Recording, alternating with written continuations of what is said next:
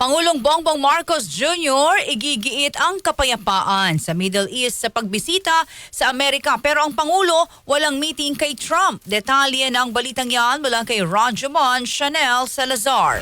RMN Live Report.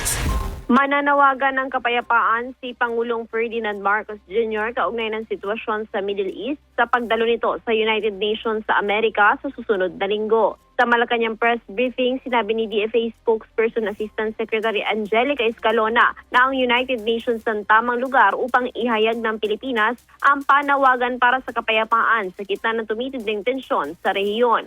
Layon din anya ng Pangulo na igiit ang kaligtasan ng mga sibilyan, lalo na ang mga Pilipino sa apektadong lugar.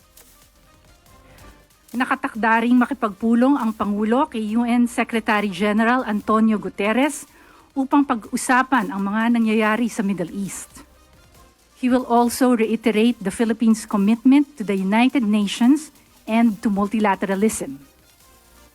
Gayunpaman, sinabi ni Escalona na walang nakatakdang pulong si Pangulong Marcos kay US President Donald Trump sa kanyang pagbisita sa Amerika. Hindi rin tiyak kung tatalakayin ng Pangulo ang issue sa South China Sea at iba pang regional security concerns, ngunit inaasahang ilalatag nito ang mga usaping pandaigdig na maaaring makaapekto sa mga Pilipino. Wala rin sa itinerary ng Pangulo ang pakikipagkita sa Filipino community sa New York, USA.